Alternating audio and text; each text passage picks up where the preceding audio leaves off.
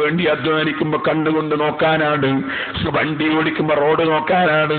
അള്ളാഹ് കണ്ണ് തന്നത് നാടകം കാണാനല്ല, ഡാൻസ് കാണാനല്ല, സിനിമ കാണാനല്ല, ഹറാമ് നോക്കാനല്ല.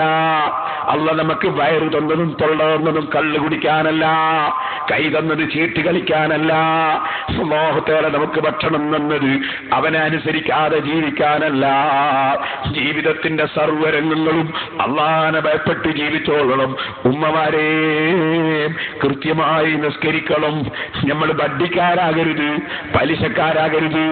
അതുപോലെ തന്നെ ഗീബത്തും നമീമത്തും ഫിത്നയും ഫസാദും പറയുന്നവരാകരുത്.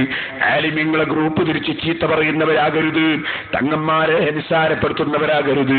പ്രായമുള്ളവരെ നിന്ദിക്കുന്നവരാകരുത്. കുടുംബബന്ധം മുറിക്കുന്നവരാകരുത്. അയൽവാസികൾ തമ്മിൽ പിണങ്ങുന്നവരാകരുത്. മറ്റു മതക്കാരോട് തല്ലുകൂടുന്നവരാകരുത്. എല്ലാ മതക്കാരോടും സൗഹാർദ്ദത്തിന് ജീവിക്കണം. നമ്മളൊരിക്കലും തന്നെ പരസ്പര ശല്യങ്ങളും അക്രമങ്ങളും അഴിച്ചുവിടരുത്. സമാധാന പ്രേമികളായി ജീവിക്കണം. മനസ്സ് വളരെ നന്നാക്കണം. ഞാനൊരു വലിയവനാണെന്ന തോന്നൽ നമ്മളെ മനസ്സിലൊരിക്കലും ഉണ്ടാകരുത്. ആരോടും നമുക്ക് അസൂയ തോന്നരുത്. അസൂയ എന്ന് പറയുന്നത് വല്ലാത്തൊരു രോഗമാണ്. ആരോടും നമുക്ക് അസൂയ തോന്നരുത്.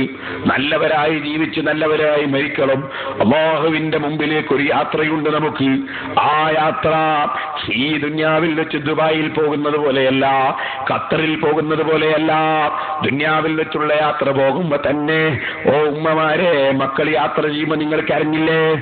ഓ ചെറുപ്പക്കാരെ, വിസ കിട്ടാൻ വേണ്ടി നേർച്ചയാക്കി, വിസ കിട്ടിയിട്ട് പിന്നെ ടിക്കറ്റ് ഇട്ടാൻ നേർച്ചയാക്കി, ടിക്കറ്റിന്റെ പൈസ തികയാൻ വേണ്ടി ധാരിപ്പിച്ച്, എന്നിട്ട് നിങ്ങൾ അവസാനം യാത്രക്ക് ഇറങ്ങുമ്പോ നിങ്ങളെ മക്കളെ എടുത്തൊന്ന് ചുംബിച്ച് ഉമ്മാനെ ഏൽപ്പിക്കുമ്പോ, ഭാര്യനോട് വാക്ക് പറഞ്ഞു ഇറങ്ങുമ്പോ, ബാപ്പന്റെ മുഖത്ത് നോക്കുമ്പോ, നിങ്ങൾ ദുബായിലേക്കും ഖത്തറിലേക്കും ഇറങ്ങുമ്പോ നിങ്ങൾ പൊട്ടിക്കരഞ്ഞില്ലേ? ഞാൻ നിങ്ങളോട് ചോദിക്കട്ടെ, ഏത് യാത്രയാണത്? ആ യാത്രക്കിടയിൽ എയർപോർട്ട് വരെ നമ്മളെ ഫോൺ ഇങ്ങനെ വർക്ക് ചെയ്യുന്നുണ്ട്. വീടുമായി നമുക്കിങ്ങനെ നിരന്തരം ബന്ധപ്പെടാൻ കഴിയുന്നുണ്ട്. ടെലിഫോൺ കയ്യിലുണ്ട്, മൊബൈൽ ഫോണുണ്ട്. പ്ലെയിനിൽ കയറിയിരുന്നതിന്റെ ശേഷവും ഞാൻ കയറിയിരുന്നു എന്ന് വീട്ടിൽ വിളിച്ച് പറയുന്നുണ്ട്. പ്ലെയിനിൽ പോയി ഇറങ്ങിയ ഉടനെ തന്നെ ഞാൻ എവിടെ എത്തി എന്ന് പറയുന്നുണ്ട്. അവിടെ സ്വീകരിക്കാൻ ആളുണ്ട്, റൂം തരാൻ ആളുണ്ട്, ജോലി തരാൻ ആളുണ്ട്, വലിയ ശമ്പളം കിട്ടുന്നുണ്ട്, നല്ല ഭക്ഷണം കിട്ടുന്നുണ്ട്. പക്ഷേ ഈ യാത്രക്ക് വേണ്ടി വീട്ടിൽ നിന്ന് ഇറങ്ങുമ്പോൾ നീ തേങ്ങി തേങ്ങി കരഞ്ഞില്ലേ ചെറുപ്പക്കാരാ? എന്നാൽ അതല്ല യാത്ര. ശരിയായ യാത്ര മരണത്തിന്റെ യാത്രയാണ്. ആ മരണത്തിന്റെ യാത്രയ്ക്ക് വേണ്ടി മനുഷ്യനും ഒരുങ്ങുമ്പോ മൊബൈൽ ഫോണും കയ്യിൽ പിടിച്ചുകൊണ്ടല്ല മയ്യത്ത് കെട്ടിൽ യാത്ര ചെയ്യുന്നത് കേട്ടോ.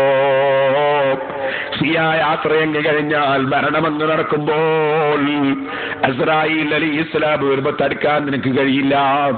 ആത്മാവിനെ പിടിച്ചെടുക്കുമ്പോൾ നിനക്കൊന്നും ചെയ്യാൻ സാധ്യമല്ല, എനിക്കും ഒന്നും ചെയ്യാൻ സാധ്യമല്ല. നിന്റെ ശരീരത്തിൽ നിന്ന് ആത്മാവങ്ങ് പിരിഞ്ഞാൽ നീ അവിടെ കിടക്കുന്നു. ഈച്ച വന്ന് ശരീരത്തിൽ വീഴുമ്പോൾ ആട്ടിയോടിക്കാൻ നിന്നെ കൊണ്ട് സാധിക്കുന്നില്ല.